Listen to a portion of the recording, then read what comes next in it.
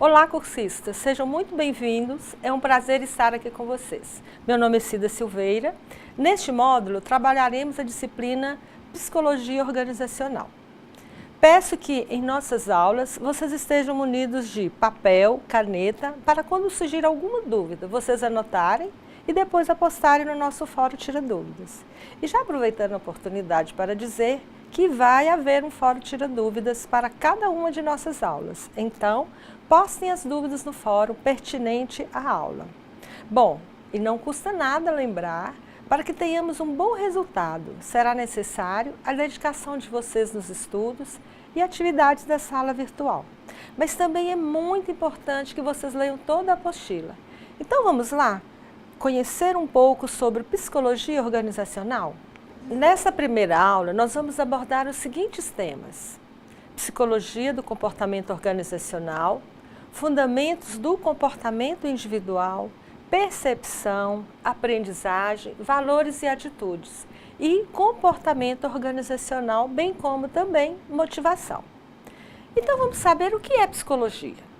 Podemos dizer que a psicologia é o estudo científico do comportamento e dos processos mentais. E quando falamos de processos mentais, falamos da nossa capacidade de perceber, de pensar, julgar e de como esses são afetados pelo estado físico e mental de um organismo e também pelo ambiente externo. Por isso, a psicologia é a ciência do comportamento humano, da cognição, da emoção e da motivação. Bom, algum desses temas já falamos no módulo anterior, vocês lembram? Bem, quando falamos de psicologia, é comum uma inquietação saudável, porque além de muito interessante, essa disciplina desperta atenção. Hoje, nas grandes empresas, quando nos candidatamos a uma vaga, sempre teremos uma interlocução com o profissional da psicologia. Aí vem a curiosidade de como devemos nos comportar, o que falar, etc.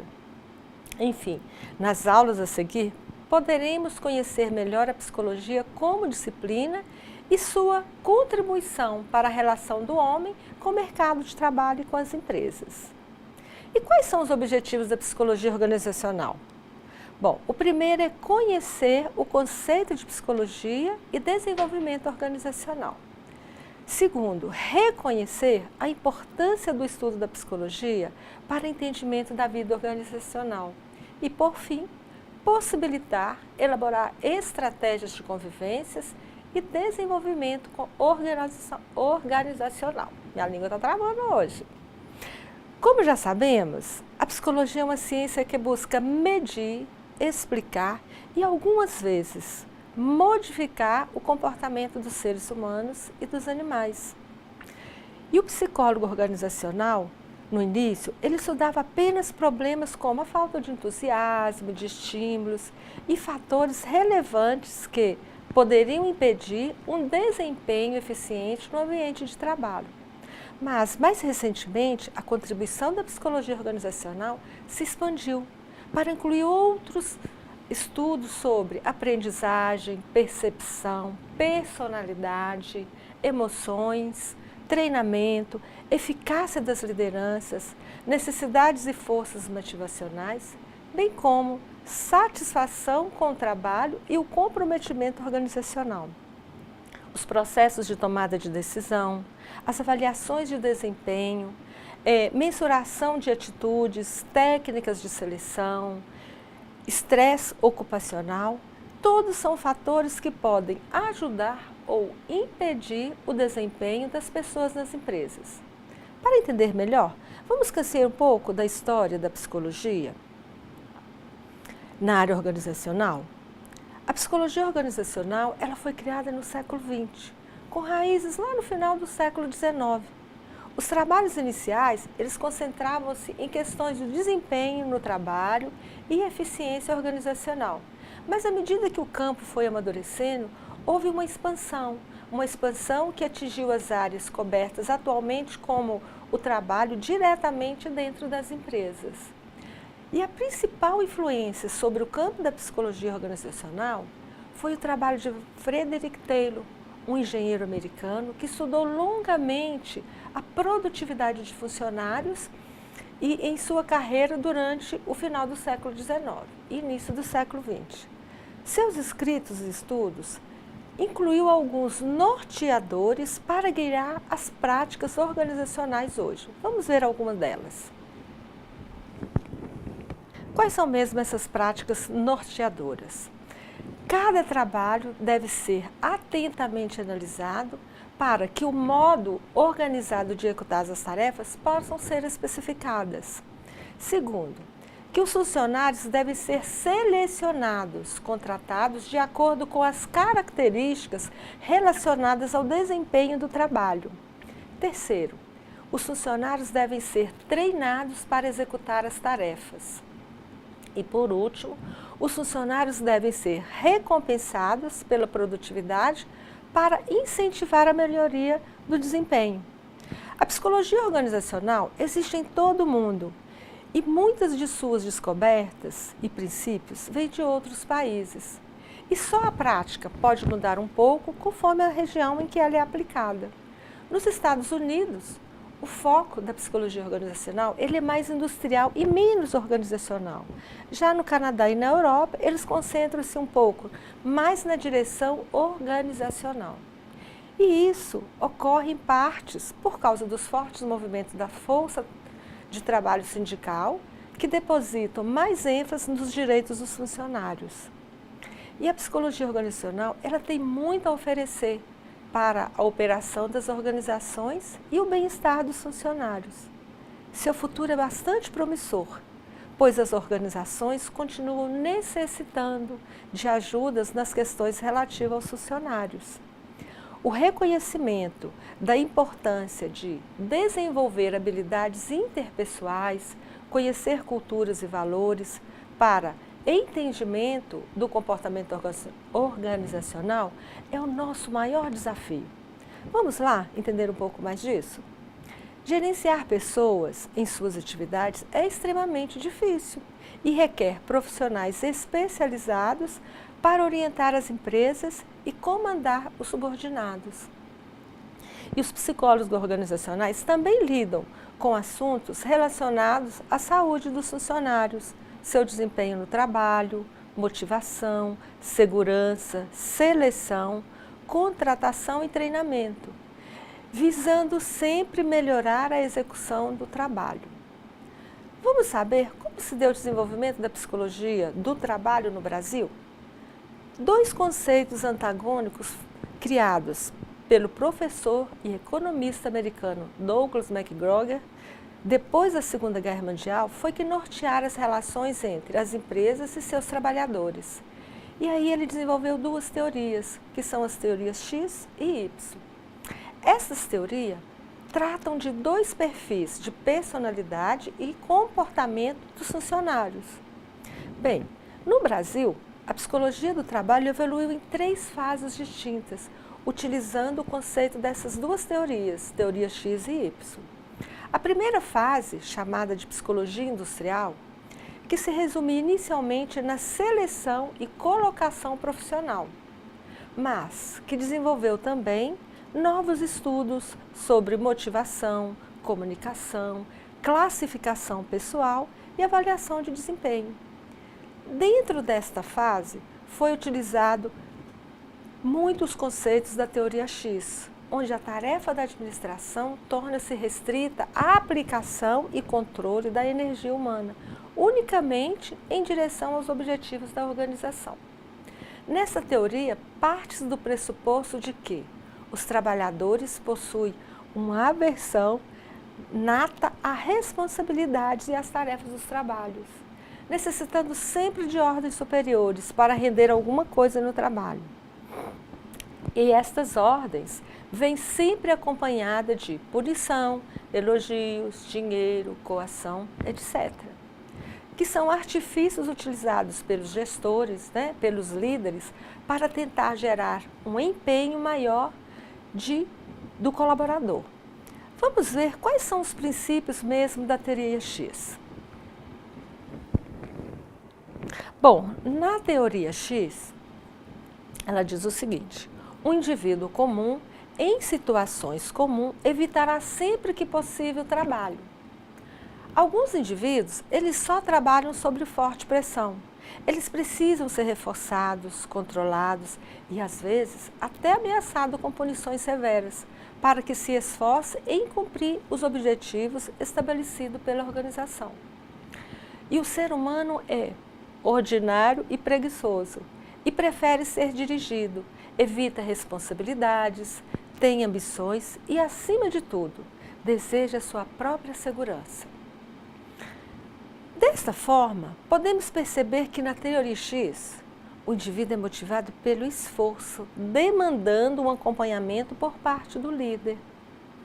Já na segunda fase, se aplica como a psicologia organizacional, que surgiu à medida que os psicólogos deixavam de estudar apenas o posto de trabalho, para contribuírem também na discussão das estruturas da organização. A psicologia organizacional deu continuidade aos estudos sobre treinamento e desenvolvimento dos recursos humanos, baseando-se na teoria Y, a teoria da motivação humana. Nessa teoria, a coisa muda de figura. Aqui, os trabalhadores já não são tão preguiçosos, né? Os trabalhadores, eles são encarados como pessoas altamente competentes, responsáveis, criativas, que gostam de trabalhar e o fazem como diversão, sendo necessário que as empresas também proporcionem meio para que essas pessoas possam dar o seu melhor, com mais desafios, participações e influência na tomada de decisões. A visão dos funcionários da teoria Y é de que as pessoas são motivadas pelo máximo esforço, demandando uma participação maior nas decisões e organizações inerentes ao seu trabalho. Bom, a passagem para a terceira fase deu-se após procurar-se estudar os efeitos do ambiente e da tecnologia no contexto da organização do trabalho, em que se gerou uma administração estratégica. A partir daí, os estudos da sociologia do trabalho, a administração e a psicologia do trabalho. A definição de psicologia do trabalho foi considerada como sendo uma psicologia que tinha como ponto central o estudo e a compreensão do trabalho humano em todas os seus significados e manifestações. Bom, além da teoria X e Y, é importante também sabermos um pouco sobre a teoria Z.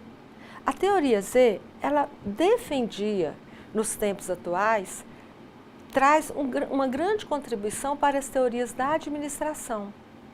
Esta teoria, ela fundamenta-se em preceitos e comportamentos vividos principalmente nos países orientais, como Japão, Coreia, Taiwan, e que hoje é seguida e imitada por inúmeros países, inclusive no Brasil, que vem contribuir sobremaneira com a relevância aos comportamentos modernos de administração. A teoria Z, ela enfatiza que o sucesso da administração está ligado à motivação humana e não simplesmente na tecnologia dos processos produtivos. Que as máquinas, elas são ferramentas sofisticadas a serviço do homem, precisando sempre de aperfeiçoamento do próprio homem. Vamos ver agora alguns aspectos da teoria Z. Bom, na teoria Z, o homem quer participar, o homem é o maior patrimônio e o maior patrimônio da organização é o próprio homem. Que o homem quer liberdade, o homem quer ter iniciativa para colocar os seus potenciais no ambiente de trabalho, que o homem ele é responsável, o homem quer estabilidade e que o homem busca uma qualidade de vida melhor sempre. Quando falamos deste homem no ambiente de trabalho, é importante compreendermos as diversidades do comportamento individual. O comportamento humano sempre desperta curiosidade nas pessoas. Afinal, conhecer pessoas é algo desafiante, mas ao mesmo tempo encantador. Eu costumo comentar que conviver com pessoas é o desafio do ser humano. E você? Você se conhece mesmo? Você conhece ou acha que conhece as pessoas com as quais você convive? Muitas vezes, não nos conhecemos de fato. Para se conhecer, é preciso você expandir a sua autoconsciência. E quando fizer, entenderá melhor suas forças e fraquezas pessoais, porque nós sempre temos, né, o lado positivo e negativo. E também como você é percebido pelos outros. E dentro de uma empresa, alguns dados do empregado definem características importantes do seu comportamento individual. Vamos falar de algumas dessas características que têm relevada importância nesse ambiente, que são as características biográficas, as habilidades, personalidades, mecanismos psicológicos. Vamos primeiro abordar os dados biográficos do empregado. O que seriam esses dados biográficos? Bom, seriam a idade, né? A relação entre idade e desempenho no trabalho será uma das questões de importância crescente durante a próxima década. Vocês têm acompanhado as notícias sobre a reforma da Previdência? Bom, algumas questões relevantes à idade, o desempenho do trabalho diminui com o aumento da idade. A força de trabalho vem envelhecendo. Temos a questão da aposentadoria e a expectativa de vida do homem, ele tem aumentado e muito, né? Tendo a possibilidade de retomada de outras carreiras pelas gerações dos anos 50 e 60. Uma outra questão é a questão de sexo e gênero. Hoje sabemos que existem diferenças importantes entre homens e mulheres que afetam o desenvolvimento no ambiente de trabalho.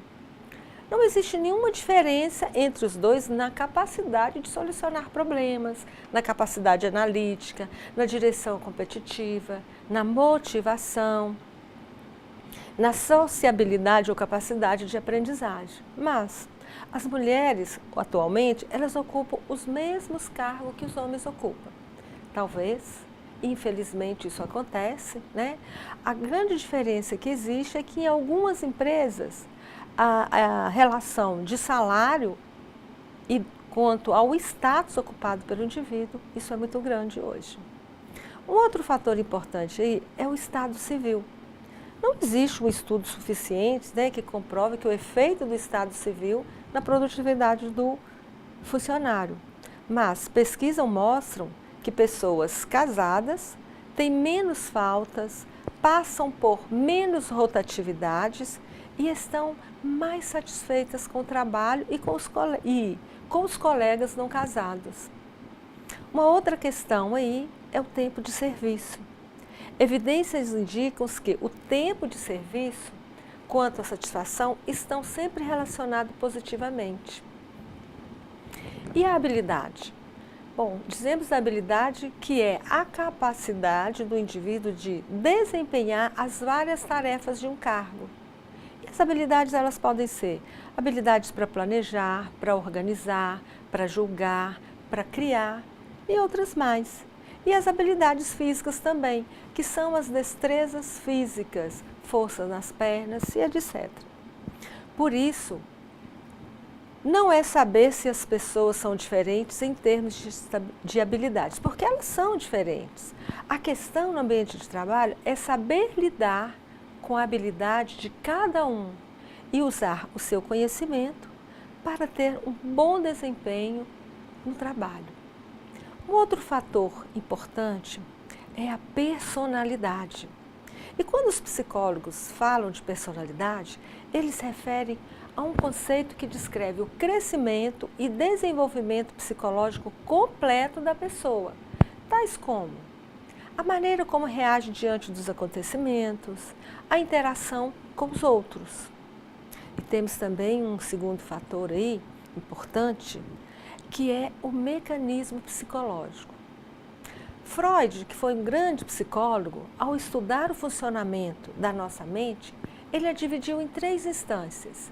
A primeira ele chamou de id, que é a parte inconsciente da nossa mente, que é o prazer, que é a parte responsável pela criatividade, mas também que é a nossa impulsividade. A segunda instância, ele chamou de ego, que é a nossa parte racional, que é a consciência do mundo à nossa volta. E a terceira, ele chamou de superego, que é a responsável pelas normas, pelas regras sociais, pelas maneiras de convivência e pelas leis. E que o ego, ele fica no meio entre o id e o superego. E que, por isso, ele precisa de atender tanto as exigências do id e as regras do superego. Então, como uma forma de evitar o desprazer e atender tanto o id quanto o superego, o ego lança mão do que Freud chamou dos mecanismos de defesa psicológicos, que são alguns mecanismos desses que nós usamos no nosso dia a dia e nem nos demos conta. Vamos ver um aqui. A racionalização. Freud chamou de racionalização, que é o processo de achar motivos aceitáveis para pensamentos e ações inaceitáveis pelo meio social, como uma forma de manter o indivíduo, manter o autorrespeito e reduzir os sentimentos de culpa. Um outro mecanismo que nós usamos é a projeção, que é atribuir aos outros nossos próprios desejos e impulsos. Por exemplo, às vezes eu critico alguém por conversar muito, mas pode ser que eu também fale muito e nem me dê conta disso, ou o contrário. Pode ser que eu sou mais calado, mais fechado e que eu gostaria de ter a facilidade para conversar com todos como fulano tem. Outro mecanismo que a gente usa muito no nosso dia a dia, que é a regressão. O que é a regressão? É o retorno a um nível de desenvolvimento anterior ou um modo de expressão mais simples. A gente sempre usa esse mecanismo quando nós queremos alguma coisa de alguém ou queremos que alguém faça alguma coisa para nós. Aí é comum a gente fazer cara de choro, conversar de uma maneira mais melosa. Ô fulano, por favor, faz isso para mim, só dessa vez. Né? É como se a gente infantilizasse de novo. Tem um outro mecanismo que se chama conversão ou somatização. É aquela situação em que o conflito emocional ele é tão grande que esse conflito ele vai transformar em um sintoma físico, como febre, desmaio, perda de voz. Né? Eu já tive alguns alunos que às vezes na semana que eles tinham que apresentar trabalho, fazer seminário, o aluno perdia a voz. Ou às vezes eu já conheço pessoas que frente a uma situação muito complicada, elas têm um desmaio. E um outro mecanismo muito usado também é a sublimação, né? Onde que a satisfação era modificada, a satisfação modificada dos impulsos naturais em atos socialmente aceitáveis. Por exemplo, se você fica com muita raiva de uma pessoa, dá vontade de bater nela, mas você não vai lá bater nela. Então o que você faz? Provavelmente você pode pegar um objeto, jogar no chão. Se alguém fala alguma coisa com você que te irrita, você vai lá e bate uma porta. Então, são mecanismos que nós usamos e que, para a gente ficar bem socialmente, ficar bem com a gente mesmo.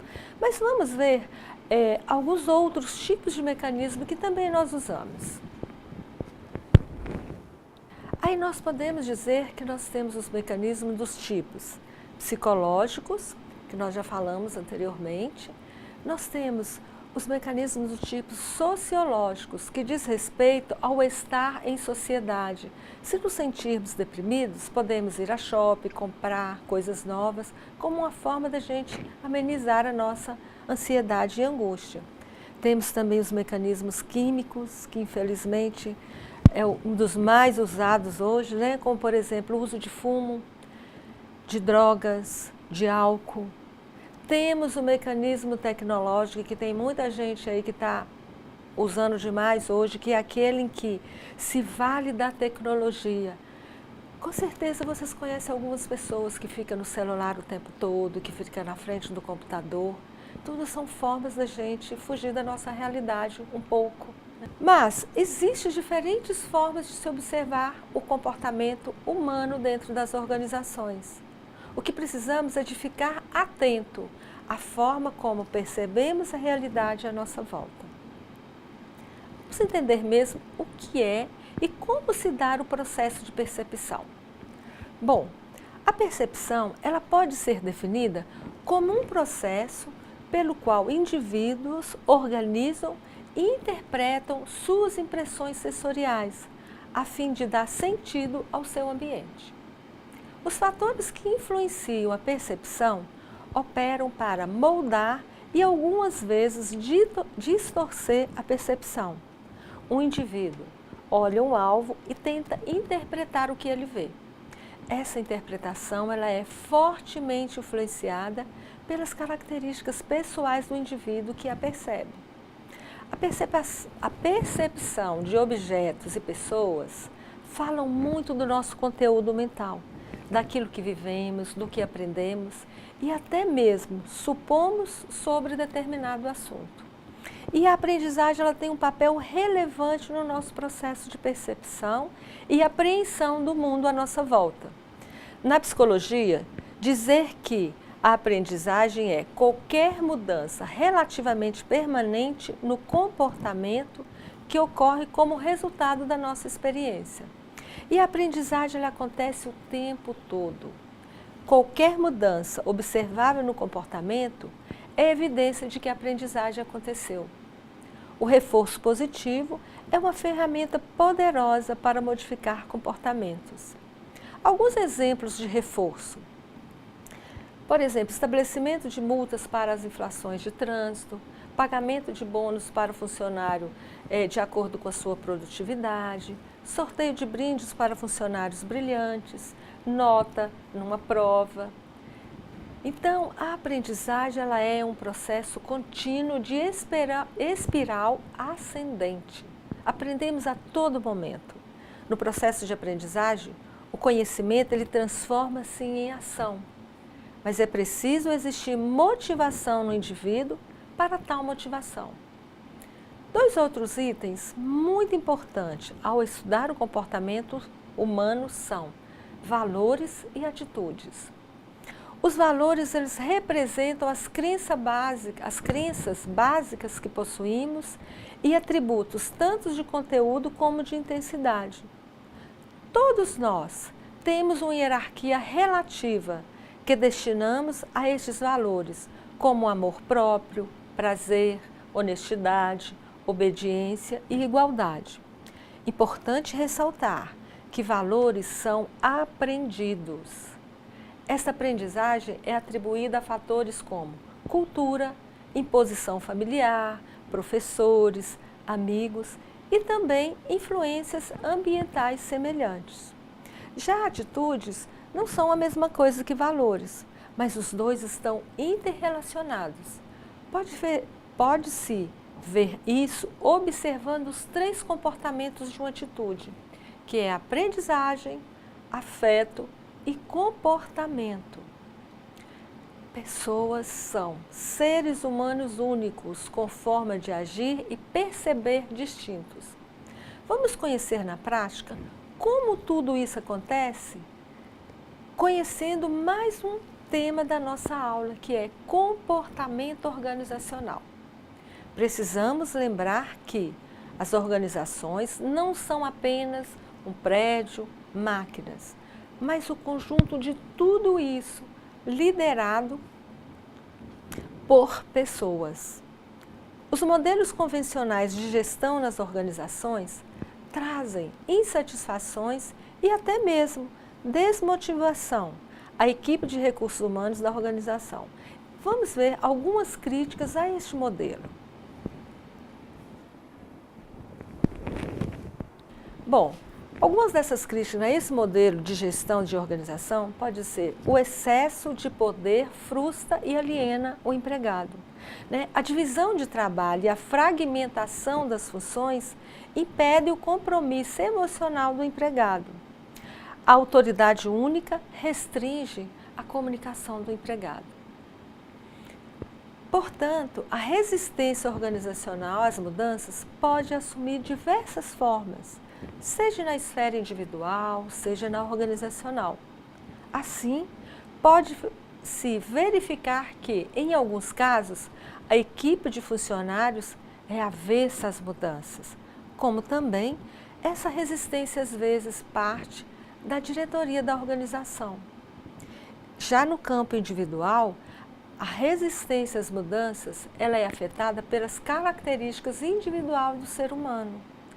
As percepções, personalidades e necessidades dos indivíduos afetam a disponibilidade para a mudança.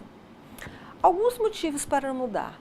Pode ser hábito e tendência a seguir o tempo todo uma norma. Com relação à segurança, o desrespeito para lidar com o novo. Fatores econômicos também, a redução da renda, o medo do desconhecido, porque aquilo que ainda não conhece pode causar um impacto no desenvolvimento do trabalho. A inovação é um ponto importante a ser trabalhado dentro das organizações, uma vez que ela será um atrativo para o público externo e uma forma de incentivar e reforçar os indivíduos do público interno da organização.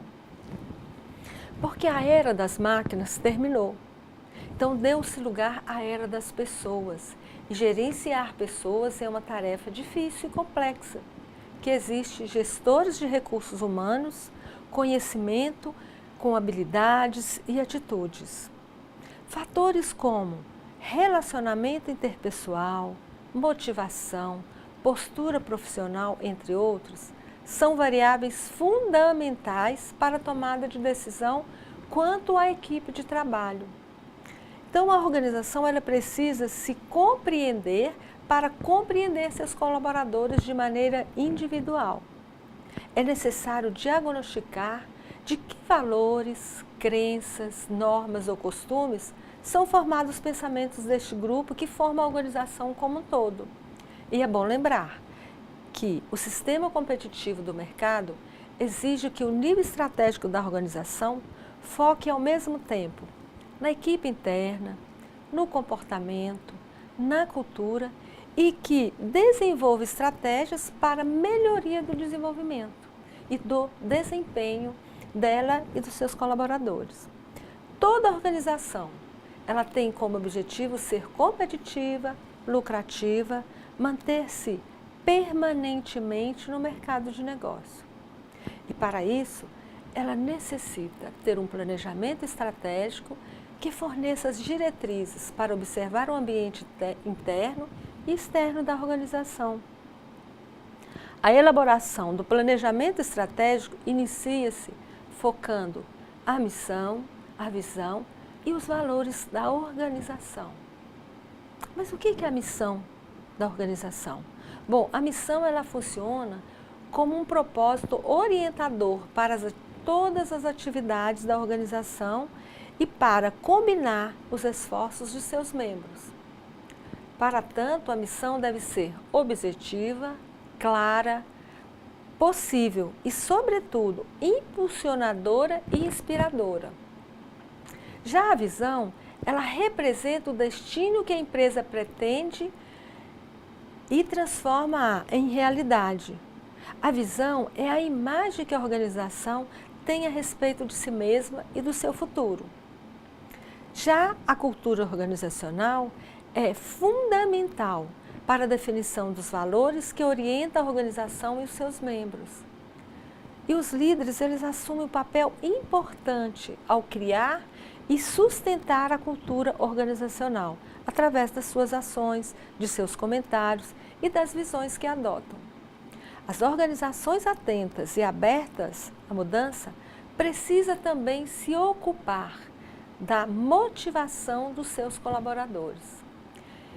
E este é um grande desafio enfrentado pelos organizadores. Vamos entender um pouco sobre o que é motivação? Motivação é o desejo de continuar vivo. Ele é um processo primitivo. Nós temos vários conceitos para motivação. Motivação é a junção de duas palavras, motivo mais ação. Portanto, motivação nada mais é que motivos que levam à ação.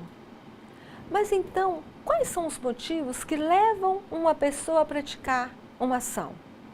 O que motivou você a querer fazer esse curso? Com certeza, cada um de vocês tem motivos diferentes para estar aqui neste momento. Não existe uma fórmula mágica que façam todos os seres humanos estarem motivados.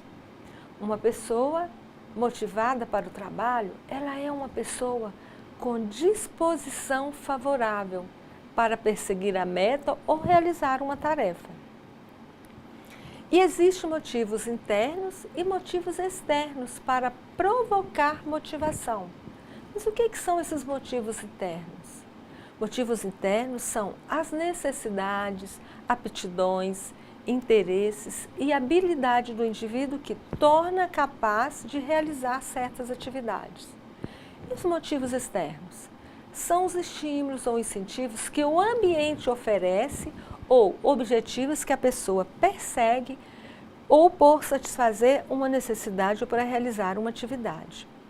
Mas o que são esses incentivos? Incentivos são tipos especiais de motivos externos e que fazem parte das políticas de administrações de pessoal de algumas empresas, cujo objetivo é estimular ou premiar o desempenho de cada funcionário. E a motivação, ela é tão individual quanto a personalidade, gente, e o comportamento humano. Porém, certos princípios e teorias da motivação possibilitam uma maior compreensão e previsão das reações das pessoas ao desempenharem suas tarefas. Existem pelo menos 3 objetivos de motivação na administração de pessoas nas empresas. O primeiro, estimular o empregado potenciais a ingressar na empresa. O segundo, é estimular os empregados a produzir mais ou a desempenhar suas funções com eficácia. E em terceiro, que é encorajar os empregados a permanecer na empresa. Portanto, as teorias de motivações no ambiente de trabalho normalmente se preocupam cada vez mais com as razões do que com as habilidades que levam certos indivíduos a realizar tarefas melhor do que outros. Vamos entender um pouquinho das teorias de motivação dos funcionários. Quais são estas teorias? Nós temos a teoria da autoeficácia, que requer não apenas habilidades, mas também força de vontade em acreditar na capacidade de exercer uma determinada conduta, o que é um importante elo entre o saber e o fazer.